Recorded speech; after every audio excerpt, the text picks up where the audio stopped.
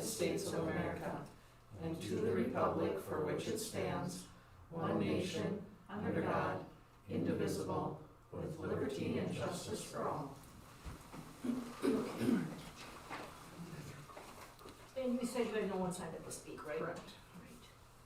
Okay, then we're on 3.0. And again, we do not have a quorum. So, that's gonna change things a little bit. Approval of the agenda, item number 3.0. Suppose we can't even do that, can we? Correct.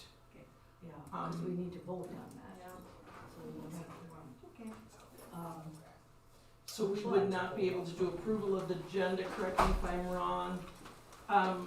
We could, or approval of the consent agenda, but we could do reports. Right, and we can't do any Or business business, items yes. either, so, okay. So the business items will just come next time, Correct. the next meeting. And then any other things that we can't vote on will be done then. So, communication report. Do we have a communication report at all? That's just 6.1 and 6.2. Yep. So administrative and committees, okay, administrative reports, Jim's not here, just what information he gave us. Right, and then I put at your places this evening from Jim, a sheet that looks like this. And remember last year at this time, we were in the big kerfluffle conundrum about the amount of money that districts had to Fees, pay. yes, yep. So this is pretty new about a more equitable fee base that the State High School League has come out with. And Jim told me this afternoon that between number 2 per student fee and number 3 per activity fee will adjust over time, and that they are based on free and reduced lunches.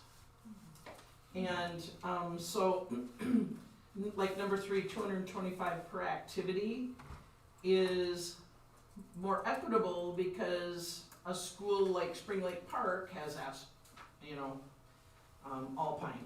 alpine skiing and swimming, and we don't have all of those, so he feels like this is a lot more equitable. So, just for your information. And then on Jim's other report, I just wanted to verbally underline, I really appreciate the percentage of kids he's got at the bottom in each grade level that are in activities. So, yeah. Sherry, so going back to number 3. Number 3 on the Is state that per activity or per student per activity? per student is number 2. And it's just like the football, the basketball, Correct. not like if one student participates. in Correct. Okay. Correct, yes, good question. So if you haven't had a chance to look at Jim's report, I really, really appreciate this report. It's very, very thorough, and Roman numeral 2 Willy Wonka is coming up November 12, 13, and 14, just saying. And tonight, like I think I said, he is in Marshall. We were invited, our volleyball team was invited to play Marshall tonight, which is off the schedule, but it's a great opportunity, so. And then later this evening, Judd, is the marching band concert. Correct. So, okay, any questions for Jim? No, I guess he has some updates here from the Minnesota State High School League meeting, so maybe next time. Like the girls' separate state wrestling tournament, I didn't even know that was a thing. All right, possible shot clock implementation, so some of those things I'm sure are addressed on the MSHSL website as well, so. Would you like more detail on those couple of things? Like I said, I'll check the website out, if I Okay. need more information, I'll ask. Okay, thanks. All right. Takes care of Jim, I guess. Okay. Mitchell, you're up. Elementary principal. Alrighty.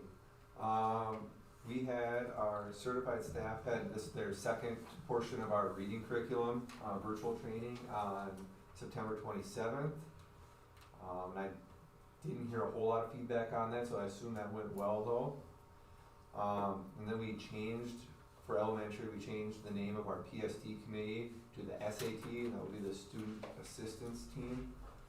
And I believe that, so that's for referral programs and for, getting students set up for interventions. And then with the high amount of staff absences and just absences overall, I just wanna thank all of our staff members, for stepping up and helping where they can. People have been helping in roles that they normally wouldn't help in, but there hasn't been a whole lot of complaining, if any. And I've just been really impressed with how people have handled all these situations and helping everybody else, so I appreciate that. Our certified staff then had a in-service on Monday, September 27th. We completed CPR certification. We looked at student data with Karen Schulte from the SWWC. And then our final session we had discussions regarding EL and mindset. Our non-certified staff will complete CPR certification on Monday, October 25th, 2 weeks here. Our second grade class for both East and West went to Sam's Pumpkin Patch on September 24th. I thought it was a good way of giving students some normalcy and having students from East and West get together. Like one of the teachers mentioned, that was the first field trip that a lot of these kids actually got to go on. I mean, there was nothing last year when they were in first grade, and in kindergarten they missed the end of the year as well, so it was just kind of fun to give them that opportunity. We had walk to school day at both East and West this past Wednesday. I want to thank the Maynard and Raymond Fire Department and EMS, as well as the Chippewa and Kandiyohi County Sheriff's Departments for assisting with that. The weather was super nice and it was a successful morning, so I was happy with that. The last thing I have is upcoming events. We have vision and hearing rescreening tomorrow and Wednesday. We will have a staff meeting on Wednesday as well. Our quarter one already ends on October 18th, so a week from today, which is just still blows my mind that we're done with quarter one already. We have MEA break next Thursday and Friday, the 21st and 22nd. And with that, we have parent-teacher conferences coming up then with the end of the quarter on October 25th, and then the evening of November 4th.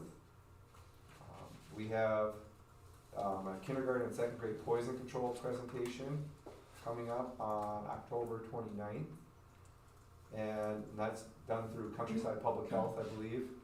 And then we will have elementary fall parties on Friday, October 29th as well. And that's all I got. Have any questions for Mitchell? Alright, moving on then, Judd, you're up, high school principal. Awesome, thank you. A couple things I'd like to highlight for you. The first one, under student support, I wanted to highlight the 4 schools that we've had come in so far for college visits. We've had Bridgewater College, SMSU, University of Northwestern, and Concordia College, which, you know, when you look at 3 of them being traditional 4-year schools, and then Bridgewater being a 2-year, that's why that bullet point number 3 with the career exploration is something that's super important for the kids to be able to have experience with our push towards CTE and strengthening that program. It's always good to make sure that the students have more access to that information, and even to the point where I actually at the football game Friday night, I was talking to Laura Brisley, and I had fired off a couple of emails that I had gotten just as far as more career exploration opportunities that were out there, and I just said, do you get these? And she said, no, I do not, so keep firing them at me, which is good. So if we can get more opportunities for kids to go to some schools and learn more about the trades, that would be awesome. Within the, I'd also like to highlight the last point, the Fall Quarter Blitz. That's coming up on Friday. And again, I did want to publicly say the amount of work and give kudos to Sarah Mock for the work she's put in. So what is that? What is fall? It's a kind of a cram day for the end of the quarter. So if you have any missing assignments, that you can go ahead and get that taken care of. We do have some activities for the students who've gotten everything in, and we're going with a carnival theme, so we're gonna have some yard games. I think maybe a cotton candy machine, and make it fun so then the students, when they get all caught up, and they can go ahead and just join the festivities. So it's a neat opportunity for everybody. but Ms. Mock has put in a tremendous amount of work towards that. And then under the staff support, again, I'd like to highlight the workshop that we had on the 27th of September, like Mr. Kent did. However, within that data evaluation, we're going to be continuing the exploration of that data and what that looks like at the high school level, and the students who are impacted, highlighting specifically our missing work list.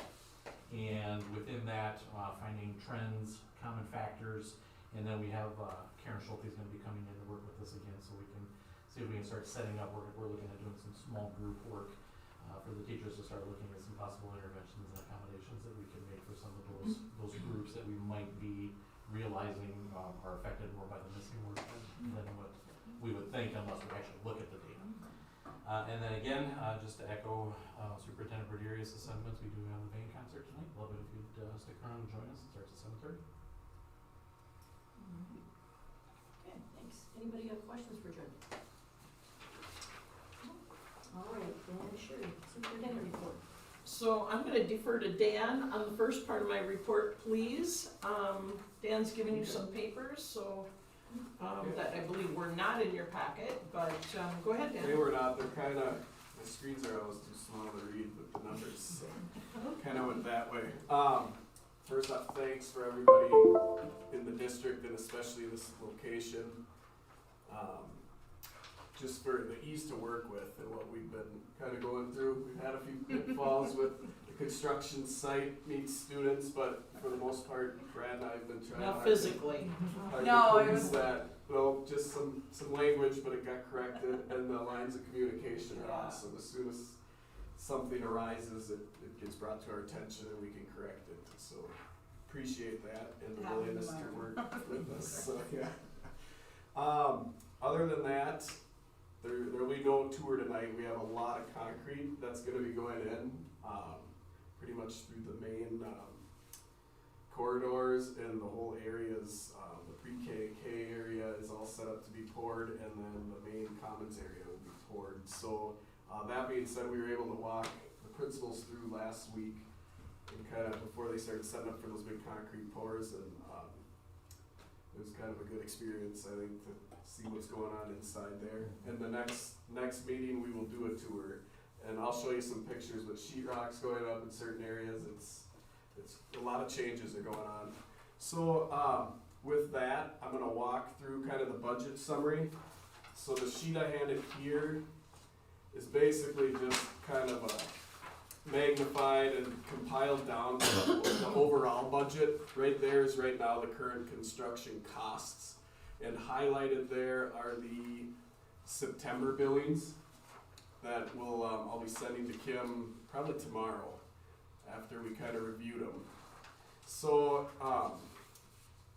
diving into these other papers, this one here Sherry really likes. It's kind of the invoicing report. So it gives you each contractor, what their original contract was, any change orders that have occurred, and then what they've billed for to date. And then at the end, if you kind of see that, it gives a percent of complete of their contract. So you can kind of tell, like, the steel supplier, he's at 89%,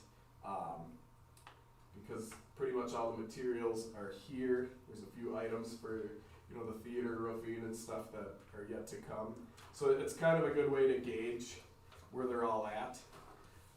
And then that last handout I gave you is kind of what I go through when I get their invoices each month.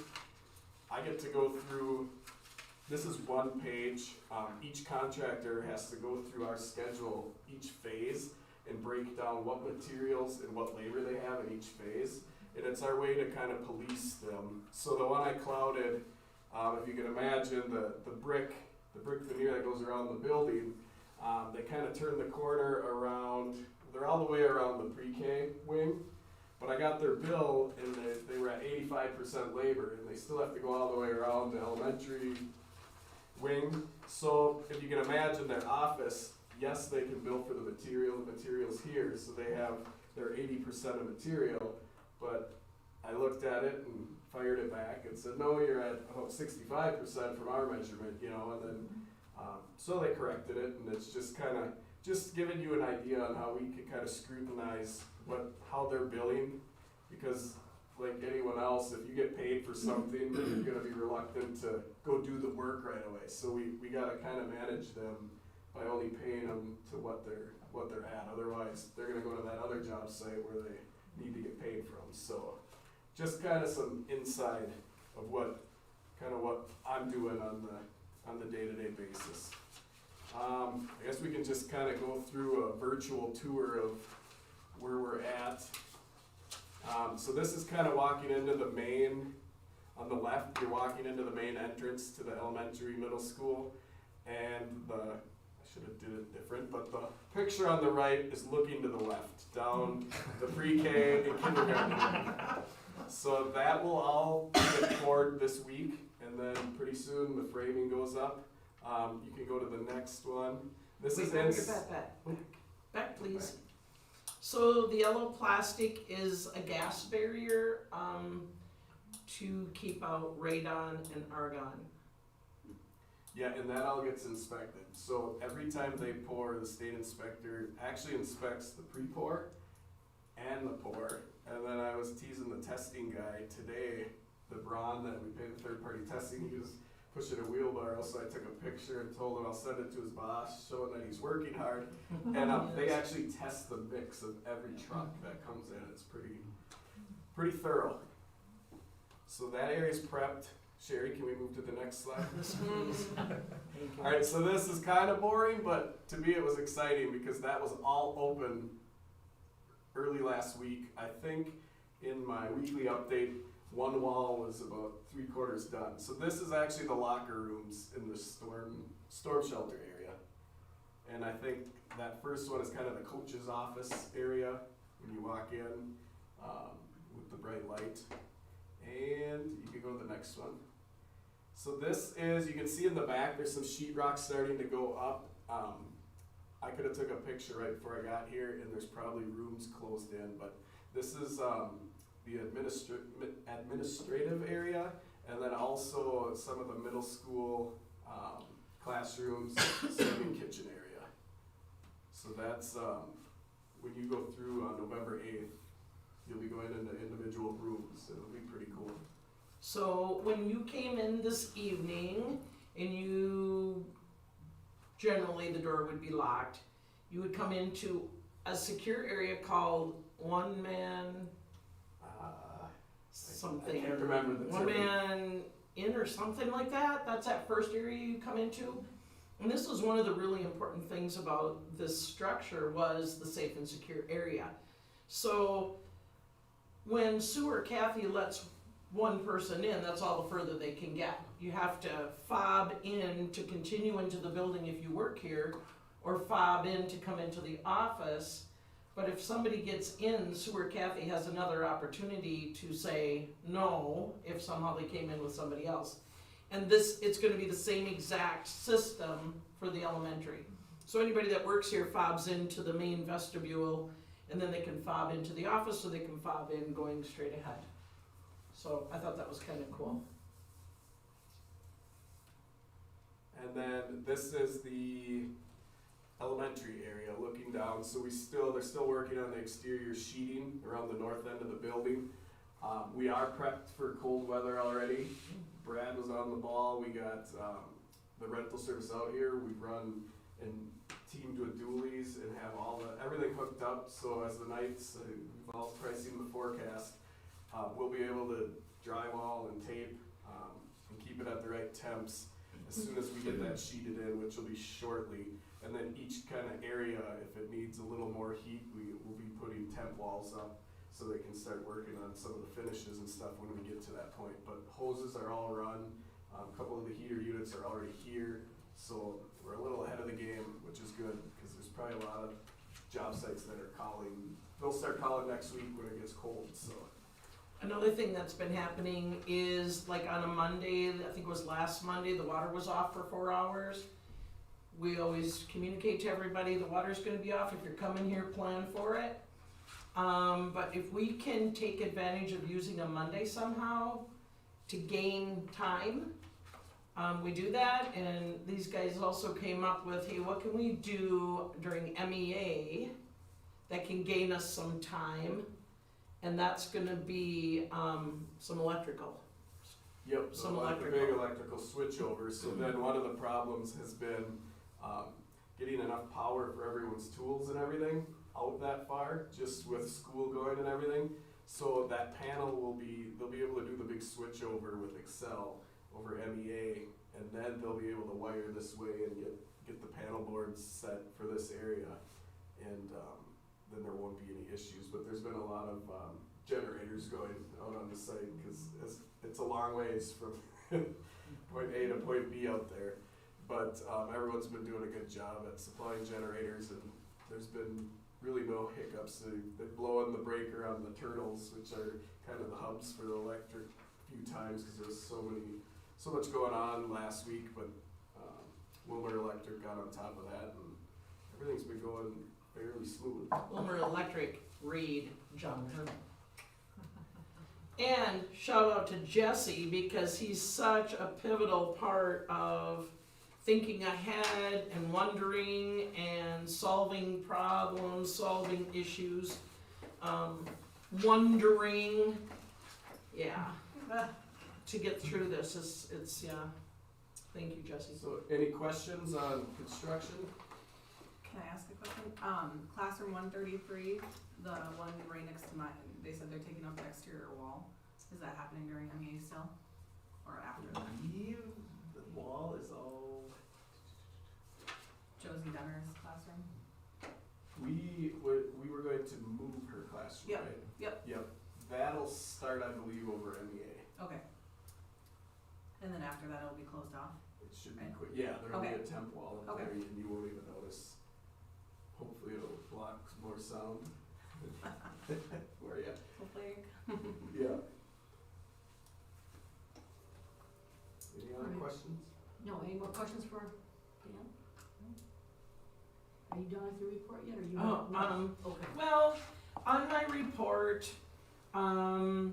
number 2, I just continue when I think about our COVID advisory team.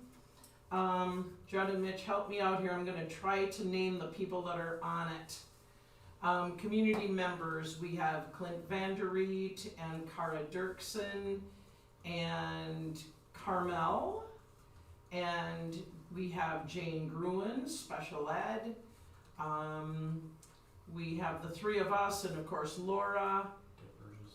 Yeah, Deb Burgess from this building is a para. Dana. What's that? Dana Johnson. Yes, Dana Johnson, teacher at East. Joel Concept. Yes, thank you. We had just an awesome meeting. So much, as we all know, about COVID is difficult. It's difficult conversations because it's become so politically charged. But this meeting, this group spoke to each other with respect. They listened to each other. People threw ideas out and we hashed them over respectfully.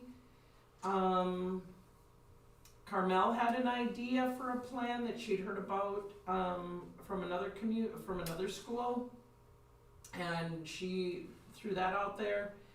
And I that's what I want to say is of all my reports, I am proud to say that the McCray Advisory Committee met with respect toward each other, and I think we came up with the next step, if you will. We could have, I think coming out of the meeting and coming out of the Friday meeting with the board, I think people were thinking, okay, is it distance learning now? What is it? And if we can go through the year trying to find ways to keep our kids and our staff safe as best as we can. We don't have to hopefully go to let's close school, and I know something Debbie's passionate about, and so are we, is keeping our kids in school. So how do we do that? How do we keep them in school learning? And Judd and Jesse and Mitch and I were just meeting about how do we meet the needs of the kids as we go on, and how do we continue to look at student achievement during this time. So, Julie, my last thing is, that I talked about, that if you wouldn't mind saying a few words about, negotiations. Sure, yes, there was supposed to be a final meeting on Wednesday, October 13th, which is this week, but that's canceled now, and it's gonna be rescheduled.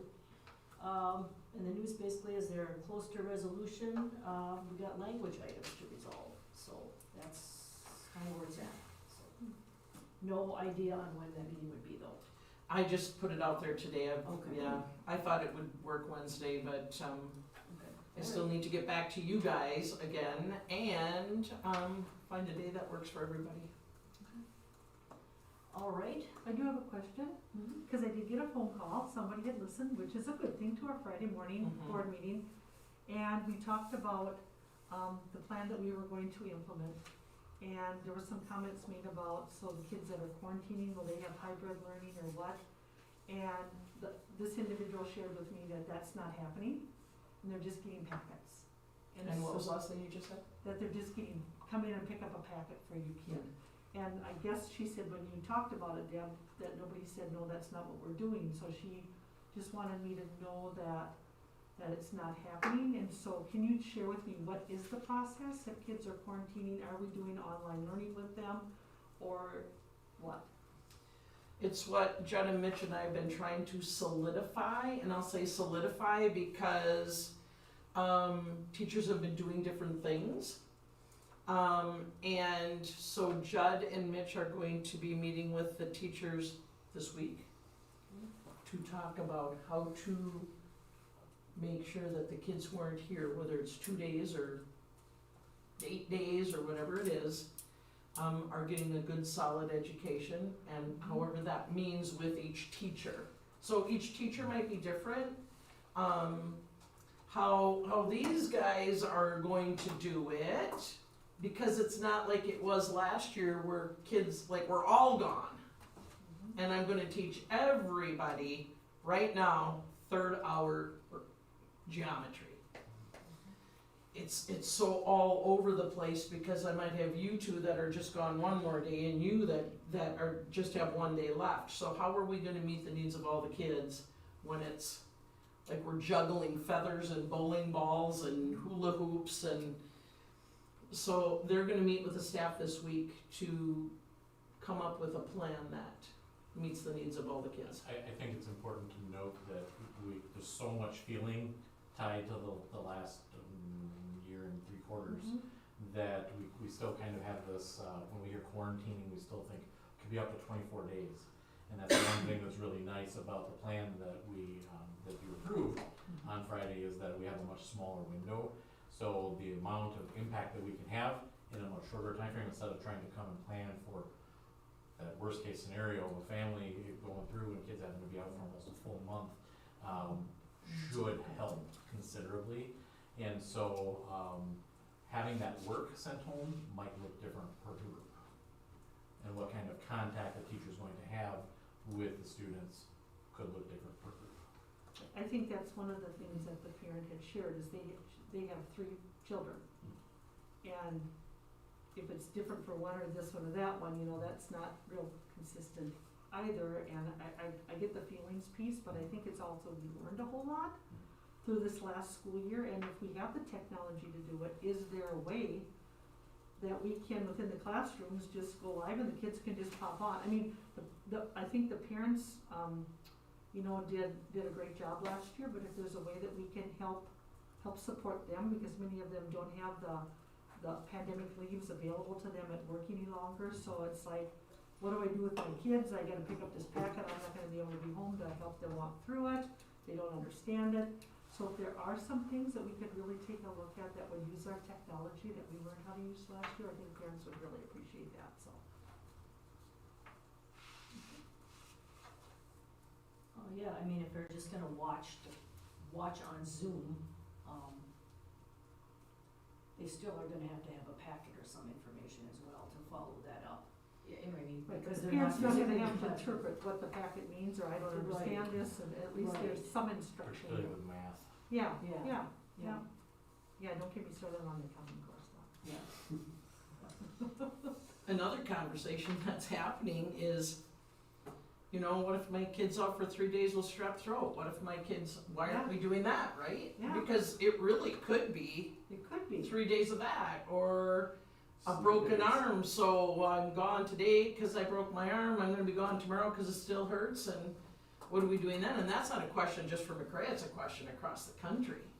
Why is it just that it's COVID that we're coming up with, and we were talking about that, should we be doing this for everything every time a kid misses? Right, Yeah. but if What you've about a got trip something to that- San Antonio, Right, but right? if you've got something like strep throat or the flu, you should probably be resting and not trying to participate in the class.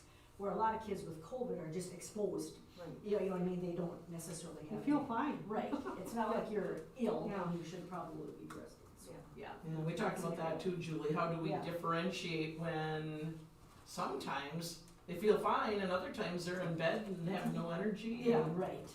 So then it becomes make up work later, when they feel like they can Right. work. Well, So, I think missing 1 or 2 days is a lot different than 8 Yeah. days, I mean, that's a whole different kind of a scenario, so. Yeah, and Yeah, I think if we it's- could be leaders in that area, just saying, hey, we need to balance with what works good for our staff also. But if we've got the technology to do it, heck, let's do it then. Mhm. I think that could be very attractive, so. we also talked about, like you said, leading, and what does that look like? And how do we think differently? Does it have to be a worksheet? Does it have to be a worksheet we're talking about? Can it be some sort of higher level thinking that we're having the students think about? So, yeah, Thank you There's for a that. whole broader conversation about standards and, Yeah. I mean, Right. we could probably spend an hour just talking Yeah. about standards work Right. and connecting with kids outside of school. And things like math are gonna be different than social studies or other classes where, it's maybe easier to grasp what's going on and you don't necessarily need a worksheet to do that. Well, and I just think with that connectivity that we could have via, technology, it's like our kids suffered enough last year with mental health issues by that isolation piece. That even if they see their teacher's face or a classmate's face could really help, so that we don't have kids who are gonna be struggling with that, so. Well, and if they're listening in, they can get the benefit of questions asked by Absolutely. other students in the Yeah, classroom too, yeah. so might help clarify what's happening. so we have 3 things that we're working on. Here's what we're working on today in class. Here's what we need to go back and find the kids who are struggling from the past year of COVID. And I just wanted to say that our teachers are all during conferences. Judd and Mitch are gonna talk to the teachers this week about asking every parent at conference time, how can we help your child? What do you feel your child's struggling with? Our new EL teacher reached out to our EL population and asked them, what do your children need? And the answers came back very clearly: English help, math help, and science help. And Monday school really works well for us. So we know that. We also know that our special ed teachers during the month of October, I believe it is, are doing phone calls to all of their students, parents, not the students, asking, how do you feel we can help your child in any learning loss that happened during COVID? And so they will come back to us with what is it the parents said they need help with. And then Judd and Mitch and the teachers will do that with our regular ed as well.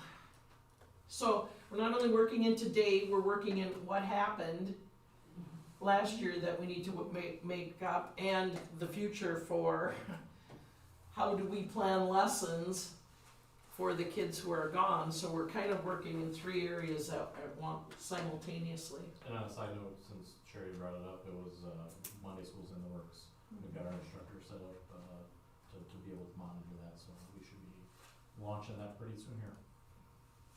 And just one other quick question, have you heard anything more about how the schools might be impacted by that businesses of 100 and more must be fully vaccinated? What if 100 or more? If they have 100 or more staff, employees? Oh, you asked about the I have Has not it heard been anything any? else Okay, about that. Just wondering, yeah, okay. All right, anybody have any other questions? Okay, let's see, number 7, we don't have any discussions. 8 business items have to be put off for next time. So, we're at upcoming meetings, we got, Can I just go, I know we can't vote on anything, but I was reading through the protection and privacy of people records policy, and I'm just wondering if we could think about when it identifies what directory information is, and it's not, includes but is not limited to student's name, address, telephone number, email. I have a major concern with that, if we're putting kids' names out there, all of their information, because it's so tempting and so easy, and if we make it easy for the perpetrators out there to be able to find our kiddos, that, I'm just wondering if we could take a look at that. Yeah, so you want to look specifically at that basic, The directory information, are we doing that? If it's in the policy, then it's, I guess it's a fair game for us to do it, but I just have, I do take concern with that. you mean how much information is there? You have concern about how much information is available? It says directory information would not generally be considered harmful or invasive of privacy if disclosed. I would not agree with that, okay. especially because it includes our student names, their addresses, their telephone number, email address, photograph. Right. So is there some state law or requirement that that stuff has to be public? Well, if you read through it, and I read it during the Boring Vikings game yesterday, that gives you a perspective on that game, huh? But as a long and arduous policy, but what Debbie's talking about here is probably the essence of it, wouldn't you say? Yeah. Because there's a lot of times we don't get into the minutia of what can you tell the military. We know what we can tell the military. We can give a name and an address, and this is the essential information, and I'm wondering, part of it, Debbie, if it's passive consent to FERPA, you know, because we basically say, hey, everybody, just let us know if you don't want it, right? Passive consent.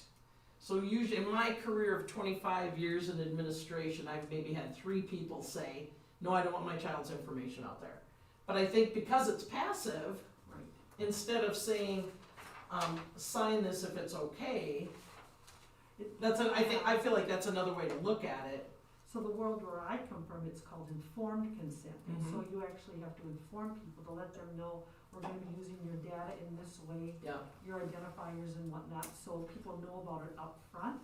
Because people sign things just willy-nilly left and right, because they have to sign things, you know. Yeah. So it's, I just had an issue with that, with all of the things and all the kids that are getting sucked into some things that aren't so hot. I just have a concern over that, so. Well, can we as a school district say we won't let any information out?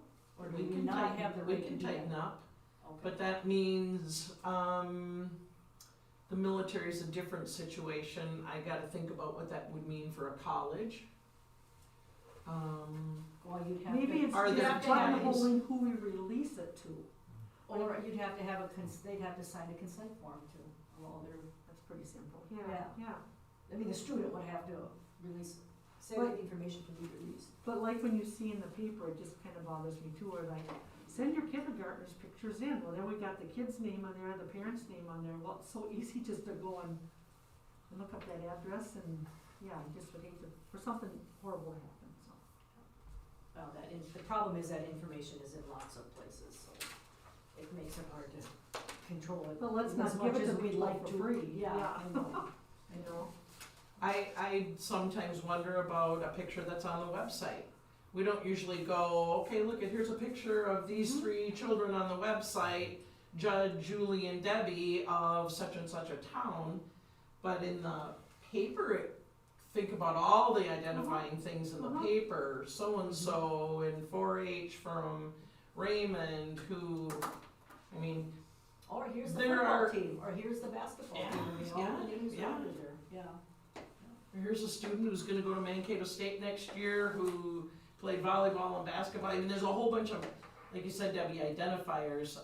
There are things in places in this document that we can make it tighter. So I'll talk to, this is a good question for the MSBA attorney. I think like, for me, the basketball programs, put their height down, big whoopee deal, go to the game, you can see that, but it's more that, the phone listing, the email address, stuff like that, so. And maybe then it's more about informed consent versus passive, so college wants it, send a release of information, you know? So we call it active consent. Okay, I think we're talking about the sure, same thing. yeah, So you'd be okay with that? yeah. As long as parents knowingly said, You I can realize send it's this okay on. that my Yeah. child, our phone number and our address and whatever. Yeah, Okay. Yeah. That's kind of how it used to be a long time ago, as far as I remember, We yeah. probably not wanna have it in our, like our back to school packet then, because that's where all the signing happens. Yeah. So if it yeah. was done, you know, a couple days later, even after the first week of school, as a separate mailing or a document push out. mhm.